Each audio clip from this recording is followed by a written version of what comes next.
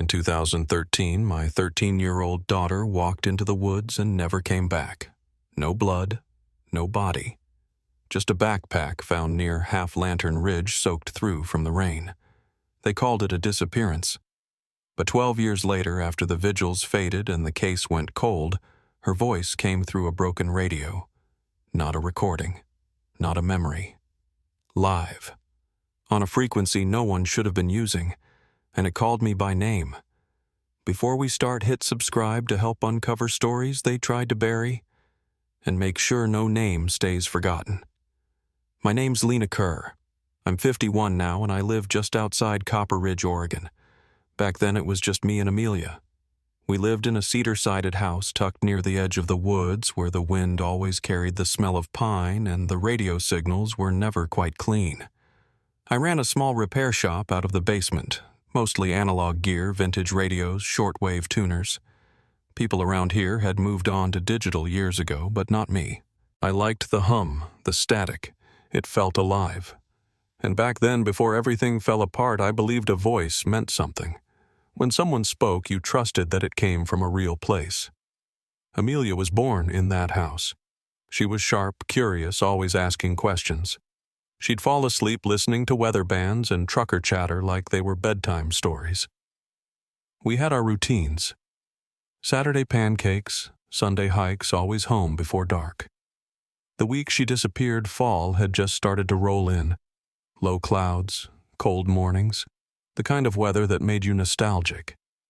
She asked if she could go hiking with a friend's family up past Half Lantern Ridge.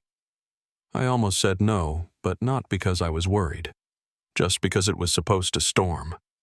But I let her go. And when the wind picked up the next morning and they came back without her, everything just stopped. There were search parties, helicopters, dogs. They found her footprints, a sock, a water bottle. Nothing else. No sign of a struggle. No goodbye. Just gone. I kept her room exactly the same for years. Bed made, books stacked, radio on the shelf. I couldn't let go of the feeling that she was still out there somewhere just beyond reach, even when everyone else moved on, even when my own sister Maya told me I was chasing grief instead of truth. I didn't stop. I couldn't, because grief fades. But this didn't. This stayed sharp. It was a Thursday night in October, first storm of the season. I was in the basement tuning through the bands like I always did when it rained. The Kenwood was humming soft static, rising and falling. Then it shifted. A blip. A pause. And then a voice. Female. Young. Familiar. It said, "Do you hear me?" I froze. The next line came clearer. "Mom. Can you still hear me?" I didn't move. I didn't breathe. I just stared at the machine and hit record. Because after all these years, that voice didn't come from memory. It came from somewhere real. The voice came again the next night. I was sitting at the kitchen table with the portable tape deck playing the same few seconds over and over. Static. Crackle. And then that line. "Mom. Can you still hear me?" Nothing else. No return signal. Just that. But I knew. Even warped by static, even a dozen years older. I knew that voice. I didn't sleep. I didn't eat. I just sat there looping the tape like if I stared hard enough she'd come walking down the stairs. By morning I texted my sister. "Need your help. Now." "It's Amelia." I heard her. Maya didn't answer right away. She never liked being pulled back into this. For years she told me I was chasing noise, not truth. But when she did respond, it was just 5 words: "I'm driving up. Don't make me regret this." She pulled into my driveway just after 10. Same Jeep she's been driving since the year Amelia disappeared. Maya doesn't say hello or ask how you've been. She got out, slammed the door, and said, "Tell me this isn't another dead rabbit hole." I didn't answer, just took her downstairs to the basement where the old Kenwood sat humming. I hit play. The tape looped again. Voice faint female broken by static, but steady enough to hear it. Channel 19, 245. Do you hear me, Mom? Can you still hear me? Maya didn't say anything right away. Her eyes didn't move. She just listened. When the loop repeated, she finally asked, "You got this here?" "On the Kenwood?" I nodded. Was the channel wide open? I handed her the notes I'd taken, everything scrawled down the moment I heard it. She skimmed them. 245's not a standard marker. But if the signal bled over from another band, it's possible. Then she looked at me, something sharper in her face. "You still have the analog line, I want the raw feed." "I never touched it," I told her. "I knew you'd want it clean." She gave a quick nod. That was about as close to approval as Maya ever got. She unpacked her laptop and tuner, then got to work running the signal through waveform filters, checking for splices, matches, interference. She moved fast, like she was trying not to think about what she might find. It took her 2 hours. When she was done, she sat back, arms folded tight. "It's real," she said. "It's not a sample. Not spliced. Someone transmitted this. Possibly live." I felt something in my throat shift. And the voice print. Maya stared at the screen. 89% match to the voicemail Amelia left you before the trip. That voicemail was the last thing she ever sent. A quick check-in the night before she went missing. Her voice was tired but calm. She said she'd see me in the morning. I still had it saved. Maya didn't look at me. She kept staring at the screen.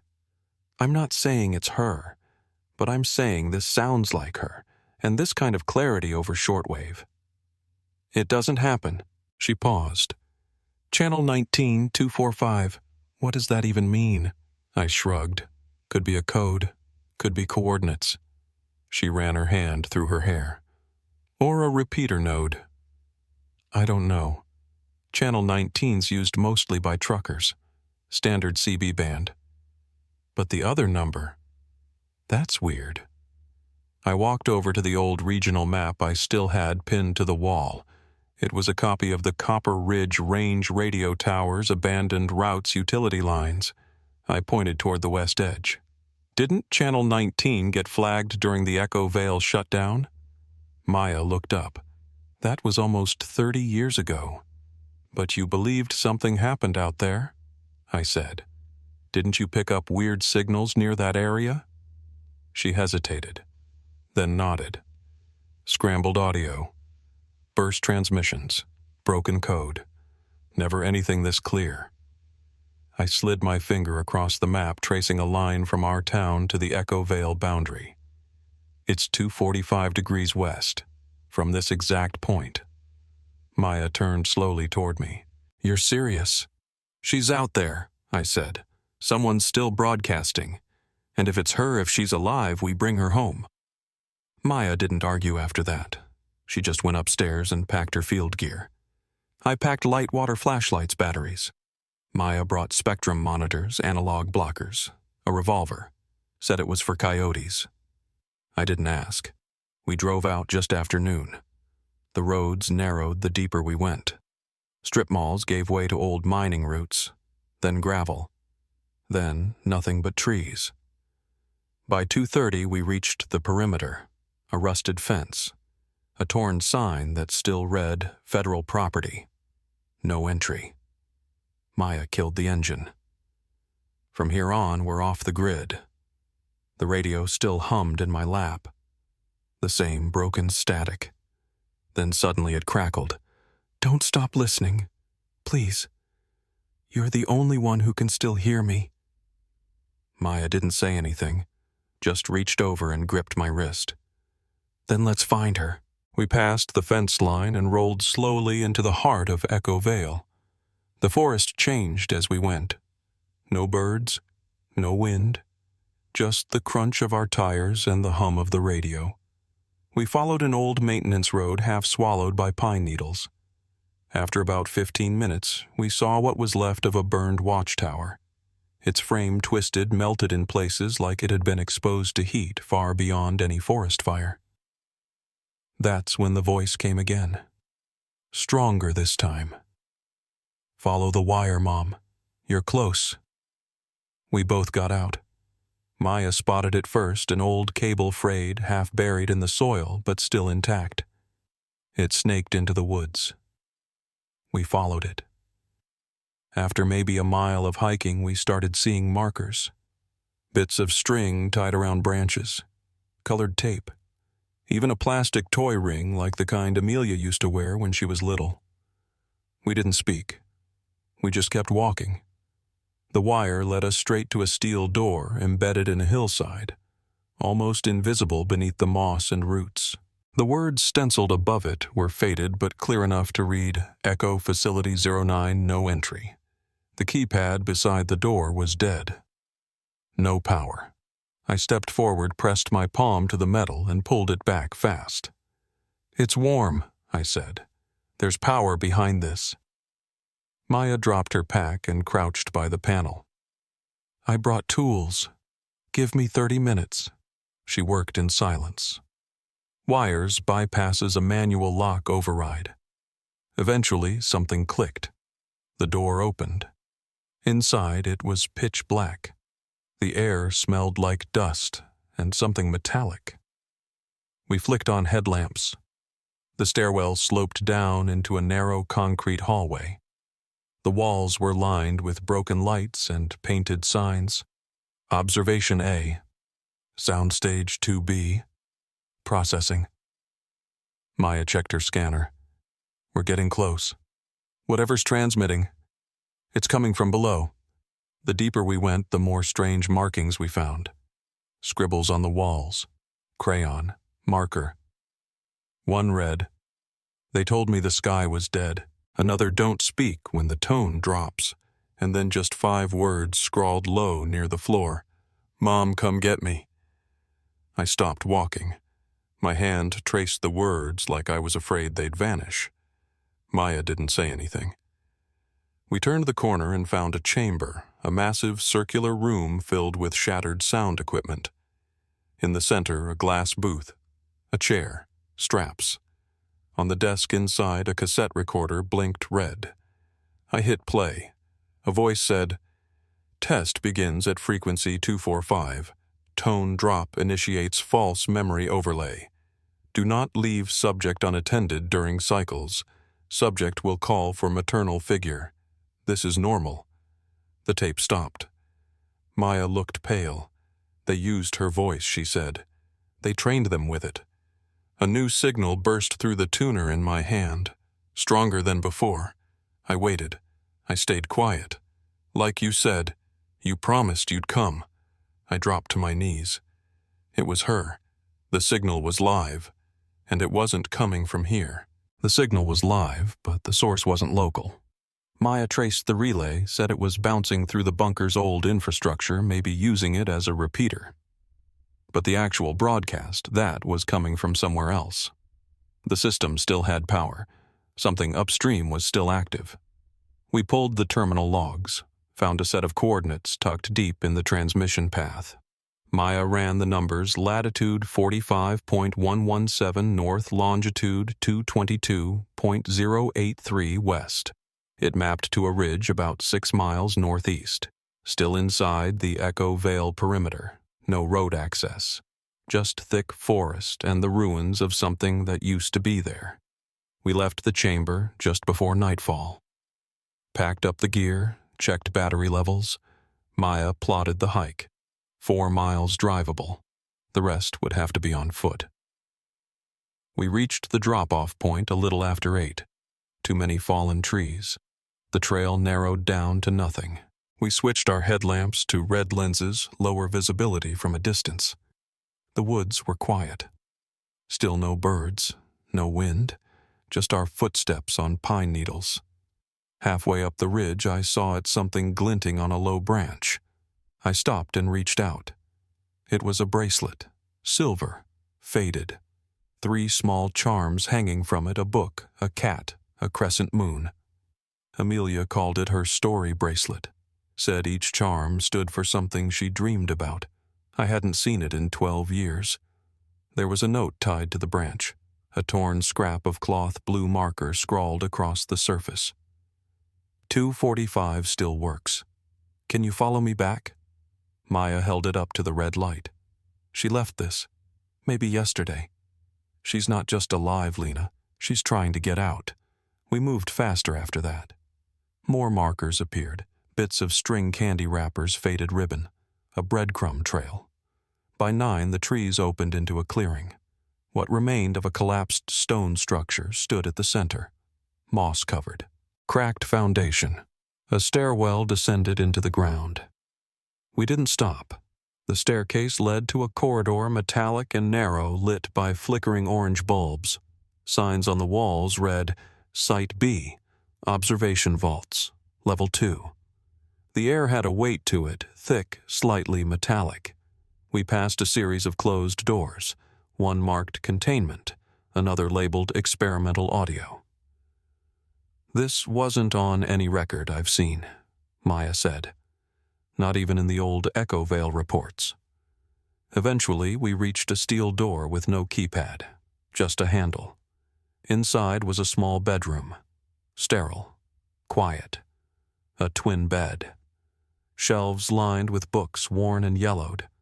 A crooked poster of the moon on the far wall. A desk. And on that desk, a radio locked to frequency 245,000 kilohertz. A notebook lay open on the bed. I picked it up. It was a journal. The handwriting was uneven but familiar. Every page filled edge to edge. Some of the entries were nothing more than fragments. They said my mom was dead, but I don't believe them. She said the moon would always be the same size no matter how far away we were.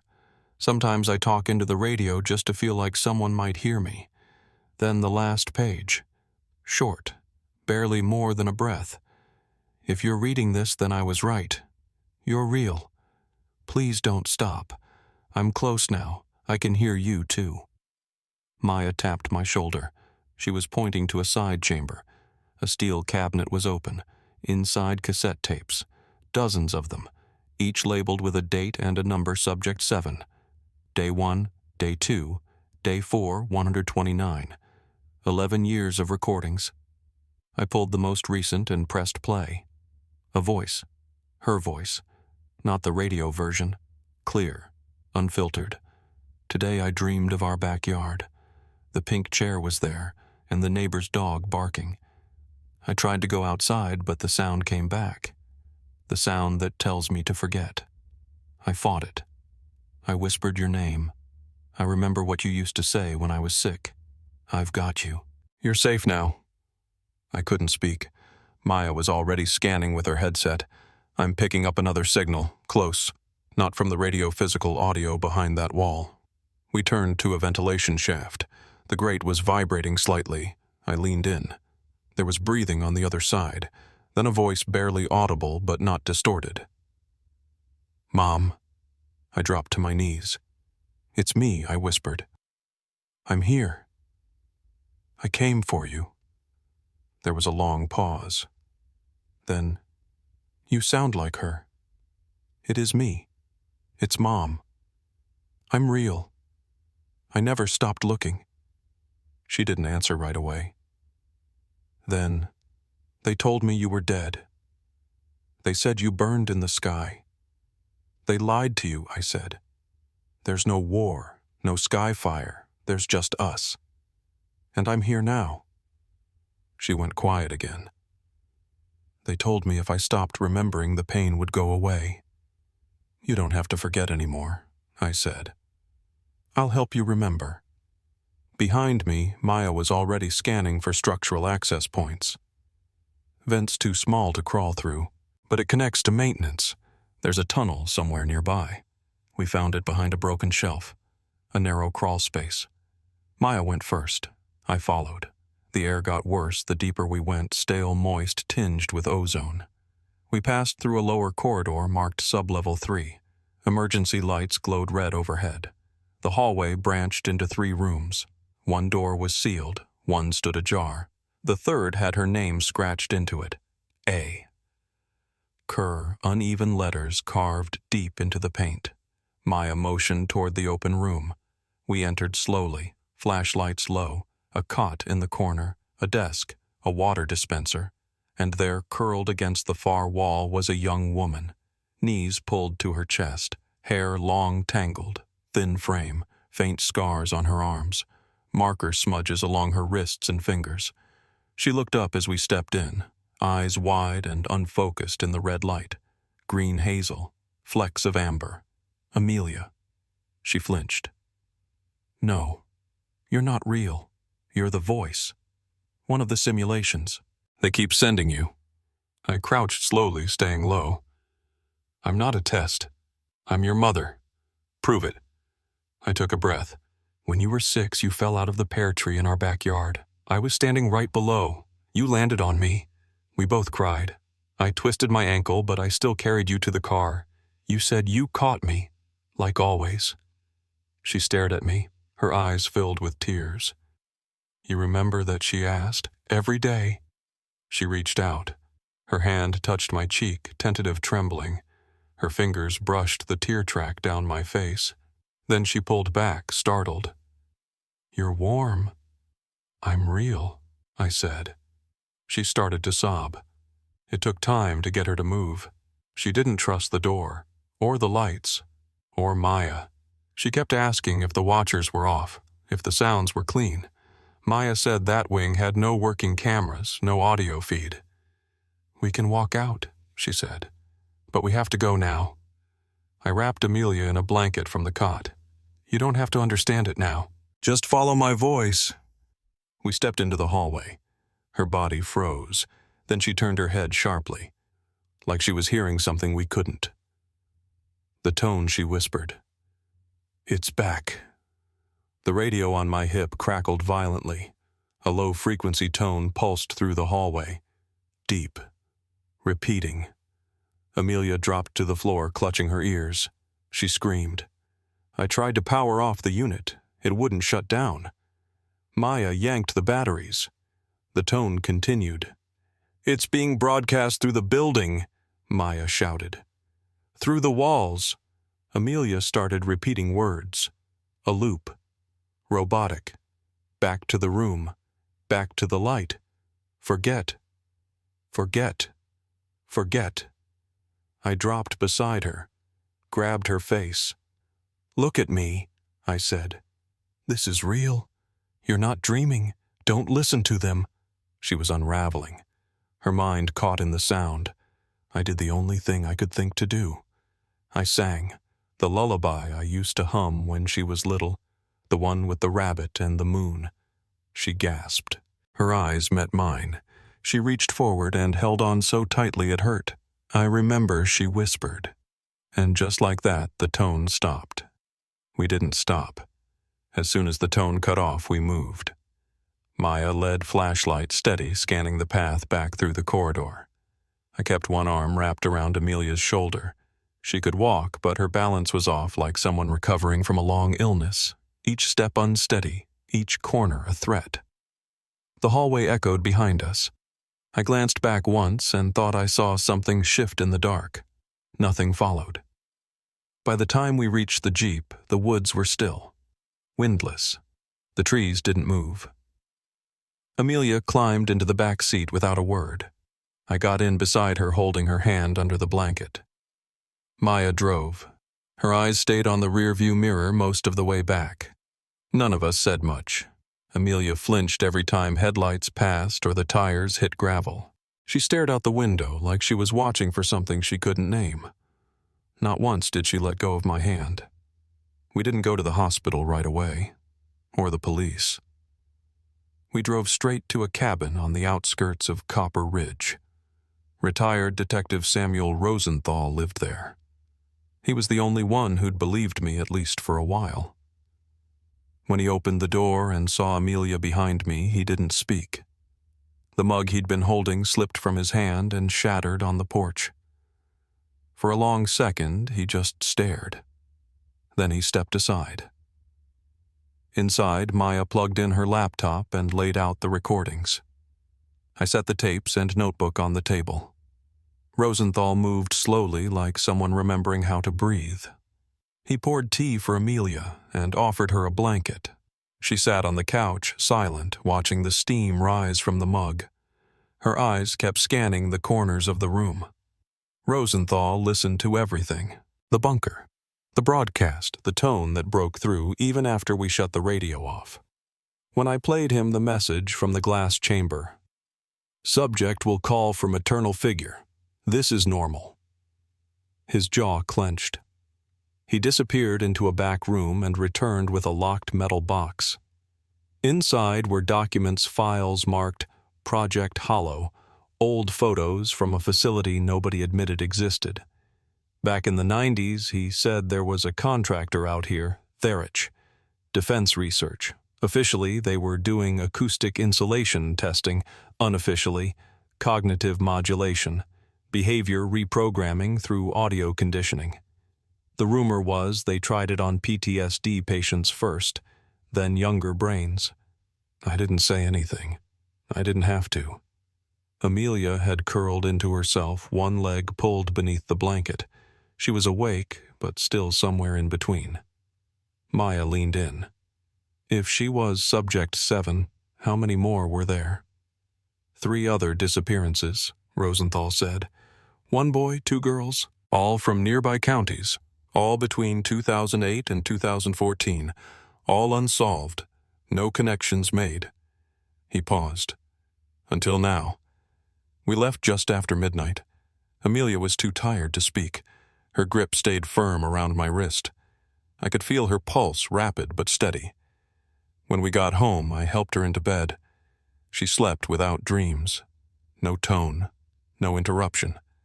I stayed up the rest of the night. The next morning, I called the hospital. Said we had an emergency intake, no ambulance, no questions. Just a quiet room away from the others. They gave us a bed. Amelia went through the motions, blood work, vitals, neurological scans. The attending physician, a trauma specialist named Dr. Nielsen, was calm, deliberate.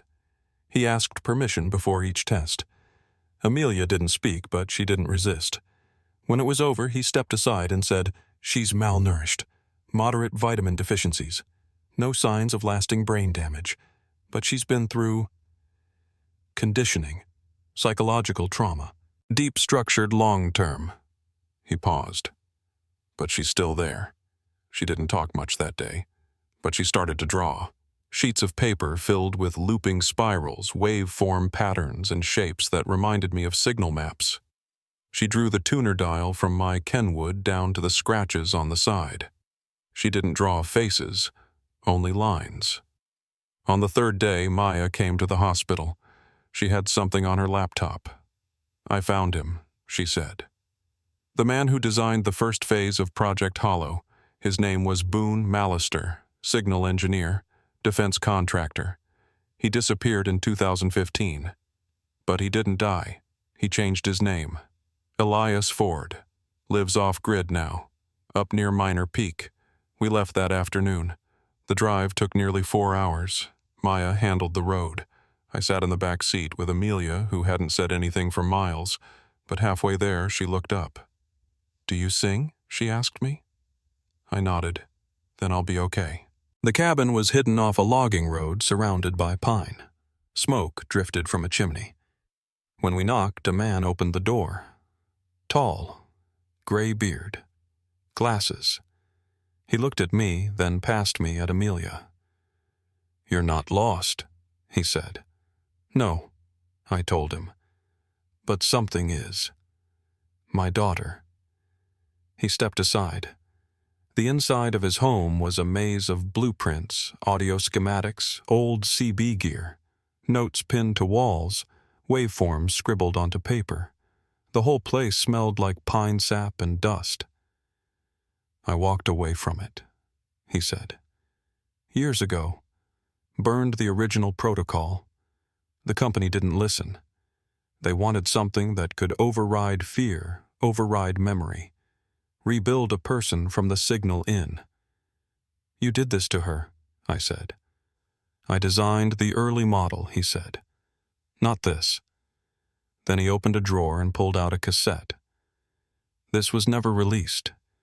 It's called the resonance breaker. Countertone. I never tested it. It might undo what they did. It might do worse. I took the cassette from his hand. She's already been through worse. He looked at Amelia. She remembers the shape of sound. That means part of her knows how to come back. If you go forward with this, you'll need to let her lead. He packed a bag, said he was coming with us. That night we brought the tape to the hospital.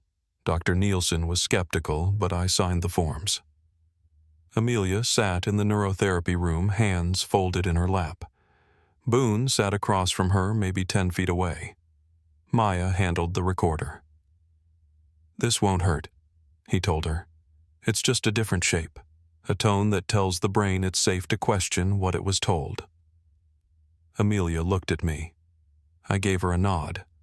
Maya hit play. The tone was soft, unsteady, like wind moving backward through a flute. Beneath it, something warmer. A second pattern. Amelia didn't move. Then she began to cry, quietly. Not from fear. "I see the house," she whispered. "The porch. The stars on my ceiling." The sound is quieter. I reached for her hand. She gripped mine. I think she said, "I think I'm remembering how to be real." By the second day of therapy with the resonance breaker, Amelia was remembering more. Names, places, details no simulation could invent. Her drawings changed to less noise, more shape. Her lines started forming actual rooms, trees. Her bedroom before it vanished into the static. She even drew the crooked crack in the ceiling over her bed at home. But something else started happening too. Something none of us were expecting. It began with the hospital's intercom.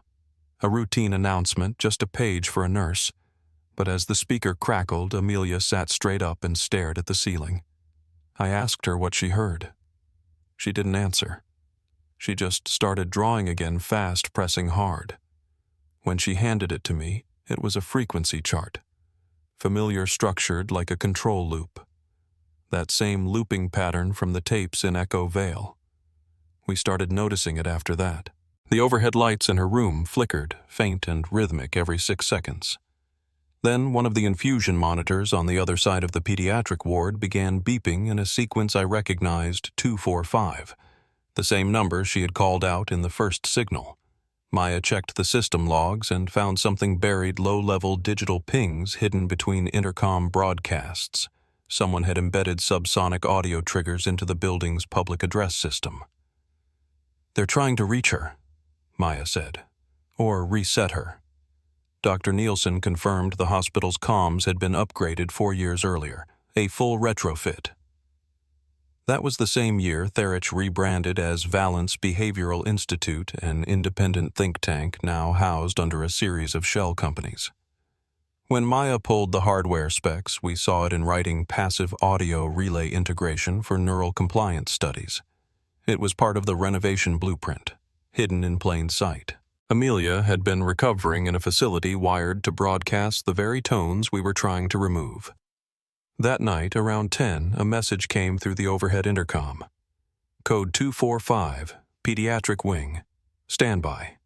That was the line, word for word, the same phrasing we'd heard in the recording booth underground. Amelia flinched hard and dropped her pen. Her body stiffened. I could see it happening. She didn't cry. She didn't scream. She just folded into herself like something was pulling her back down. Maya was already moving. She ripped the wall panel off behind the bed and yanked out the audio wiring. Hidden inside was a secondary speaker small enough to hide behind the casing, definitely not hospital issue. Boone stepped in with a jammer, one of his analog prototypes, and connected it to the live feed line. The tone stopped. But by then, Amelia was curled up on the floor, whispering under her breath. "They're watching again," she said. "But they're not people. They're sounds with skin."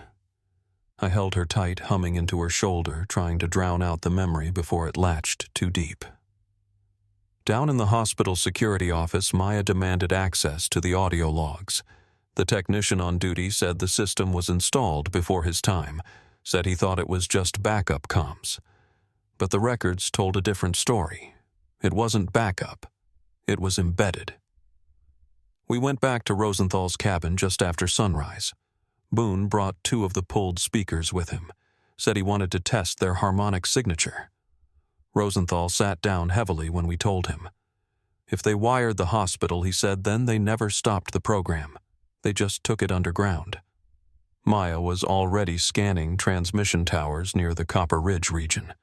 Every one of them showed minor but consistent audio bleed in the same band range just outside what FCC monitors would flag. We followed one relay path that looped right back to Echo Vale. Not Site B, somewhere deeper. There's only one place it could be, Boone said. The command station, Site 0. He pulled out an old regional schematic, yellowed and torn. He pointed to a spot at the bottom of a blind valley in the heart of the forest. Geothermal power, closed circuit, no outside access. That's why the signal never stopped. They didn't need the grid. We decided that night. We'd shut it down. The next morning I went to Amelia's room. She was already sitting up a blanket wrapped around her shoulders, sunlight spilling across the tile floor. She looked different.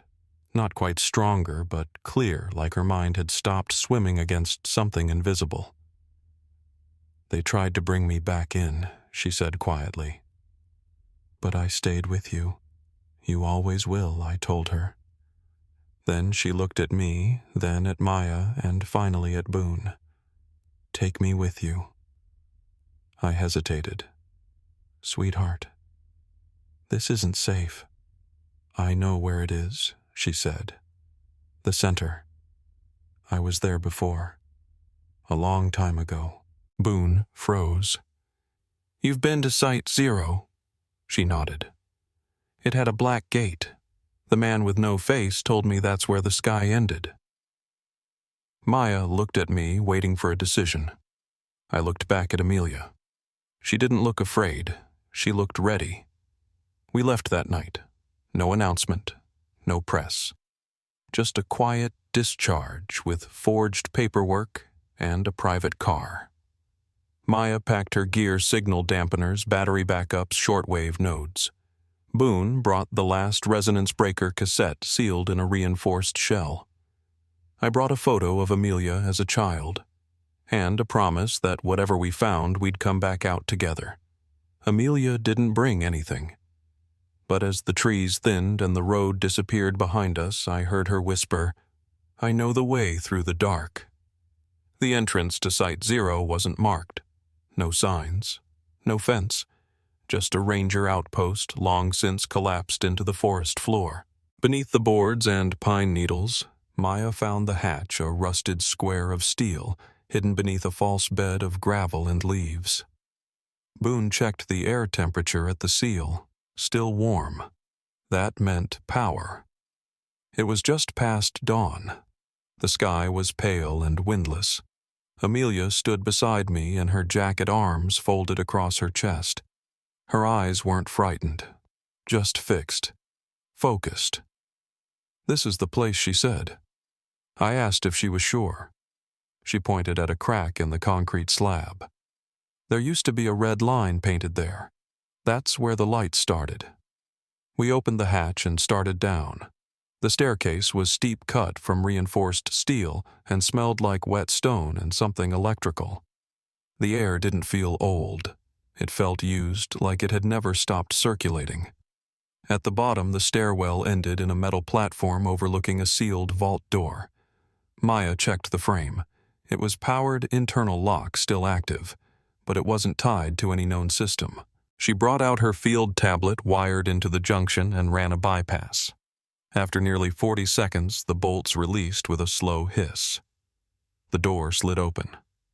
The chamber beyond was a dome 30, maybe 40 feet across, lined with old terminals and acoustic panels. Most were broken, torn, discolored by time, but others still blinked. Soft green lights in steady rhythm. In the center of the room, a chair stood bolted to the floor. High-backed, Steel arms, straps unbuckled and curled across the seat. Amelia didn't say anything at first. Then she walked slowly toward it. "I sat there," she said. Her voice didn't waver. Boone moved to the nearest terminal and began scrolling through logs. "Systems still broadcasting. Not automated. This is manual signal flow." Maya crossed to the far wall. "I've got a secondary line. Signal routing shows live override capability. Someone's still using this. That's when we heard it. Footsteps light but unhurried. From the side corridor." Amelia stopped moving. "He's still down here," she said. We turned as a man stepped out of the hallway. Mid-40s, clean cut, pale skin, white coat, an ID badge clipped to the collar Dr. Ellen Voss Valence Institute. He raised his hands slightly, not defensive, just calm. "I was wondering when you'd come," he said. I stepped in front of Amelia. "Get out of our way." "No need for that," he said. "You've already done what we couldn't." Maya kept one hand near her bag. "You ran the continuation program, didn't you, Project Hollow?" "I refined it," he said. "Your model was unstable. Ours adapted. The girl was a breakthrough. The first subject to survive the full tone spectrum and retain core identity." "She's not a subject," I said. "She's a template," he replied. "Her memory architecture doesn't just respond to tone, it generates it. Her signal stabilizes the network. Without her, the system collapses." Boone stepped forward, then shut it down. "I can't," Voss said. "Only she can. She's still linked to the master node, the last connection. If she terminates it cleanly, the frequencies go silent." I turned to Amelia. "You don't have to do anything. Not again." She looked at the chair. "If I don't end it," she said, "they'll just find someone else." She walked across the room and sat. I moved to stop her, but she didn't hesitate. As soon as she made contact with the seat, the system activated. Lights on the overhead panels surged. The massive speaker array suspended from the ceiling hummed, then opened with a low harmonic pulse. A tone played, not loud, not sharp, but full, like something pressing into the edges of the room. Voss stood still watching. "There it is," he whispered. "Final loop." I moved toward him and slammed him back into the wall. "If she doesn't survive this..." But he was already gone. His body dropped, eyes blank, jaw slack. Something clinked on the ground. A metal capsule. Boone crouched beside him. "Cyanide," he said. He had his own failsafe. The tone continued. Maya checked her readings. "Signal spike. She's triggering the purge." Amelia's hands gripped the arms of the chair. Her mouth was moving quietly. "Back to the start," she said. "Back to the song. Back to the sky that didn't fall." The speaker system began to distort signal, folding in on itself, layers collapsing. A panel burst from the far wall. One of the terminals sparked and went dark. "She's unbinding it," Boone said. "Loop by loop." I ran to her side. "Amelia," I said. "Hold on." She didn't scream. Didn't cry. Her eyes were open, her voice steady. More panels blew. The lights flickered, then went out. Silence. No tone. No hum. Just the sound of her breathing. She stood from the chair. The straps fell limp. Outside, the morning air was cold clean. The birds had returned. We walked back to the Jeep. Nobody said a word. We didn't need to. At the trailhead, Boone set fire to the final resonance breaker tape. Maya crushed the last frequency chip with the butt of a flashlight. We didn't look back. But as we pulled onto the main road, Amelia turned toward the woods one last time. "They can't reach me now," she said. "The sound's gone quiet." For the first time in 12 years, Amelia slept through the night. No tones, no triggers, no whispered commands hidden in static. just a quiet breath steady and deep beneath the soft pulse of the hospital monitor. I stayed in the chair beside her bed, same as I had for days. I watched her chest rise and fall. I didn't move. When morning came, she opened her eyes and said, "It's quiet now." That was all. But the way she said it, her voice didn't carry that edge anymore. Not the looped rhythm, not the hesitation I'd learned to read. It was just her. She got up without help, brushed her own hair, ate toast and fruit, smiled small but real at the nurse who brought her tea. And when I asked if she remembered what happened, she nodded slowly. "They tried to put me back in the sleep," she said, "but I stayed with you." I don't know how long I held her hand. I just know I didn't let go. Boone stayed in a guest room 2 floors down. Maya brought her gear back to the house that afternoon. Said she was scrubbing the last traces of Valence's network signatures from the hospital's systems. There hadn't been any further tone bleed since we left Site 0, but she wasn't taking chances. That night, the 3 of us met in the hospital's side garden. Amelia was asleep again. The air smelled like damp stone and late summer pine. Maya lit a cigarette but didn't smoke it, just held it in her hand, watching the smoke drift sideways. "I've seen a lot of systems," she said. "Military, corporate, black budget stuff. But I've never seen anything like this." They built her into the machine. Boone didn't answer. He stared out at the trees and said, "That's not what the project was supposed to be." I looked at him. "Then what was it?" "Influence training," he said. "Emotional reinforcement. Originally it was for PTSD, try to soften traumatic responses by using sound. But then someone realized it could be inverted." He explained it quietly. Certain tones paired with targeted sensory triggers could anchor a memory so deep that it would override everything else. The right sequence could control emotional response. Fear, loyalty, obedience. But it wasn't perfect. Too much exposure caused fragmentation mental collapse. That's why they moved to children. More pliable, easier to rewire before the personality set in. Amelia wasn't supposed to survive, but she did. And because she did, she became the core. That's why the system degraded when we pulled her out. They'd built the last model around her. The tones were hers. The structure was hers. Without her feedback loop, the whole network unraveled. And now it was gone. Maya flicked the cigarette into the dirt. So what happens next? Boone didn't look at either of us. We wait. And we listen.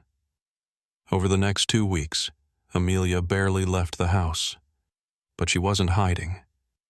She was healing. At first, she kept to her room, read books with the curtains open, drew pictures, simple ones at first, then more complex. She stopped flinching at doorbells. She started laughing at commercials. Sometimes she'd stand in the backyard, eyes closed, just listening to the wind. I never interrupted her when she did that. I just stayed near the kitchen window watching. One afternoon, she asked if she could walk to the end of the street with me. No tones, no panic. She even smiled at the neighbor across the way who was trimming hedges. That night, as I tucked her in, she asked, "Do you think the sound will ever come back?" I told her no, because I'd burn the world down before I let it touch her again. Boone left town not long after. Sent us a letter from a coastal cabin in Oregon, handwritten, no return address. You were the breakthrough, not the tones, not the system. You. I'll never stop regretting what I helped build, but I'll spend the rest of my life trying to forget the signal. I hope you never hear it again. B. Amelia read the letter once, then fed it into the fireplace without a word. "I don't want to be anyone's miracle," she said. "I just want to be real." Later that week, we went to the butterfly garden. They'd rebuilt it as a community park with benches and a new mural, blue and yellow, a child reaching toward the sky. She froze when she saw it. "I used to play here," she said. "I remember the flowers." She stepped through the gate and walked slowly along the gravel path, past the fountain, past the painted tiles with children's names, and then she turned back toward me and smiled. Not the old smile, not the broken one. Something new, something whole. I didn't cry, not until later. In the car after she fell asleep with her head on my shoulder. The next morning she came into the kitchen and asked for cereal. Same kind she used to eat before she vanished. When I opened the cabinet and handed it to her, she said, "This is the right box." I remember the sound the bag makes when it crinkles. That afternoon she sat on the porch and watched the breeze move through the trees. "It's not loud anymore," she whispered. "Not a line, not a metaphor, just the truth." And I knew then whatever had broken in her wasn't gone, but it was healing. That night she asked me to sing, the same lullaby I used to sing when she had fevers. I started slow, and halfway through she joined in. The silence didn't last. 2 weeks after Amelia began to settle into her rhythm, waking early, drawing in the sunroom, walking barefoot through the yard, I got a call from a number I didn't recognize. No ID, just static on the other end. Then a clipped voice. "Are you the legal guardian of Amelia Rhodes?" I said yes. "This is Agent Porter, Office of Internal Oversight. We'd like to ask you some questions regarding a recent breach at a classified psychological research site." I didn't say anything. He continued calm like he'd done this 100 times. "We're not here to accuse. We're here to understand." I told him we had nothing to say, that the program was over, that the last active node had been terminated, that Amelia was safe. His voice didn't change. "Ma'am, Site 0 was never officially on the books. You were never there.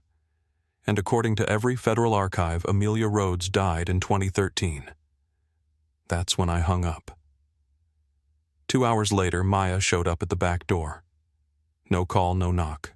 Just a soft rap on the glass and a face I hadn't seen since the night we left the forest behind. "They know," she said. "All of it." I let her in. She set a canvas bag on the kitchen table and unzipped it. Inside were 2 hard drives, a paper ledger, and 3 photos, blurred, grainy, of men standing in front of a black gate deep in the woods. One of them was Voss. Another I didn't recognize. But the third... "That's Dr. Halston," I said. "The founder." Maya nodded. "The DOJ can't touch them.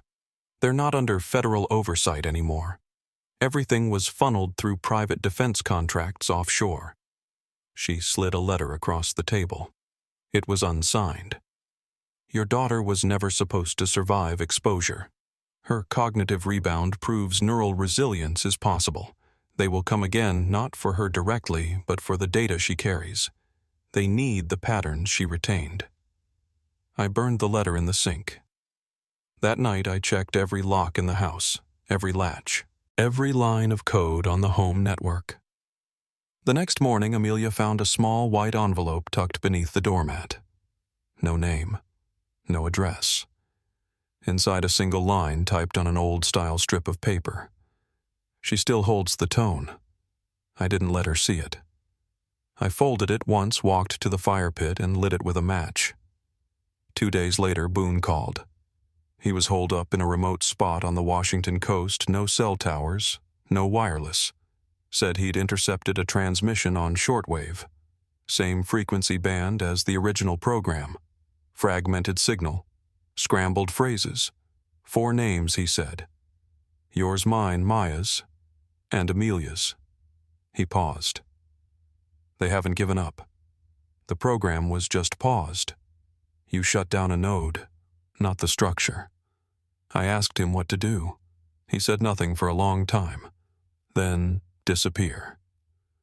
But Amelia didn't want to run. She'd been quiet since the envelope, watched me more closely, listened at the door when I talked too softly. I don't want to be erased again, she said one night. I'd rather they find me and know I'm not scared. I told her we weren't doing either. We were going to bring them out into the light. Maya agreed. Over the next week, she gathered everything metadata fragments, name rosters, lab purchase orders, clinic financial trails. Valence had buried their real work behind pediatric sleep therapy research. But the money told the truth. One invoice flagged in an old vendor cache showed acoustic paneling shipped to a warehouse listed only as VA Institute Branch 4. The address traced to a locked basement 2 miles from the original Therich complex. We drove there on a cold morning. Amelia stayed home with a trusted friend. The building was listed as condemned. Still had yellow tape across the entry, but the basement door wasn't even locked. Inside, silence, dust, and rows of plastic bins with labels like Subject Echo 1A Reverberation Trials and Tone Drift, Child Positive. We opened one. Inside were dozens of tapes reel to reel, each labeled with a date and a single word iteration. We took 4 and left the rest. When Maya analyzed them later that night, she found something strange. The voices were real children, young, repeating patterns, but layered beneath was a mechanical resonance that wasn't in any known tone library. Artificial. Augmented. They weren't just training memory, she said. They were trying to create synthetic recall. Implant whole identity loops. Override human core with audio mesh. Boone called again. Said he'd decoded one of the shortwave fragments. It was a directive. Plain text. Subject A1 reactivated via environmental trigger. Initiate recovery protocol. I asked him what the environmental trigger might be. He didn't speak for a full 20 seconds. Then he said, "You." Amelia doesn't talk about Site Zero anymore. Not directly. She'll mention the forest trail behind the old ranger station or the way the air used to hum before the snow came in, but she never says the word. Zero. I think it's her way of making peace, letting the worst of it settle into the places inside her that no longer hurt the same way. She still draws. Mostly landscapes now, quiet woods, hills under fog trees lit by a rising sun. But every once in a while I'll find something else tucked into the back of her sketchbook, a room with no windows. A chair bolted to the floor, lines coming out of the walls like veins. She says those are just dreams. I've stopped asking which ones are true. After the tapes surfaced, after Maya pulled the last signatures off the old Valence grid, we filed everything with a journalist Boone trusted from his early days in the service. No names were redacted, no edits made. It ran in a small paper first. Then the story grew, got picked up, reprinted, pulled apart by people who thought it couldn't be real. But it was. And when the names of the contractors finally came out, when depositions started to land in inboxes around D.C. somewhere out there, someone got scared enough to pull the plug. Funding vanished. Shell companies folded. The last of the sleeper clinics closed quietly, signs taken down before sunrise. But we never got an official apology. No one showed up at our door with a badge and a folded letter. No one said, "We're sorry we let her fall through the cracks." Still, some nights I sit on the porch and watch Amelia watch the stars. And I know that silence, real silence, was the only justice we were ever going to get. Boone never came back east. His last letter came 6 months ago. He said he was teaching himself to build radios from scratch. Nothing digital. All analog. All static. He said the sound helped him think. Maya moved to a city where no one knew her name. Still works with survivors, people who came out of other kinds of systems, people with their own missing years. She never talks about what we found beneath that hatch. But she keeps a photo of Amelia by her monitor. She says it reminds her that some signals can be broken. As for Amelia, she started using her middle name when school began again. Grace. Said she wanted something quiet. Something soft. I didn't argue. She's 12 now, still hates loud music, still flinches at certain tones, but she knows how to name what scares her. And more than anything, she knows she isn't alone. Sometimes when the house is still, I'll hear her humming to herself. Just a few notes. Something from before, but gentler now. Like she's rewriting the melody on her own terms. And when I ask her what it is, she just shrugs. Silly song, from when I was little. But I know. I know what it used to be. I also know it doesn't own her anymore. Not long ago, she found an old tape recorder in a thrift shop. Brought it home, cleaned it up, popped in a blank cassette. She sat at the kitchen table, pressed record, and whispered into the mic, "My name is Grace. I am not what they built." Then she pressed stop, labeled it proof, slipped it into a drawer.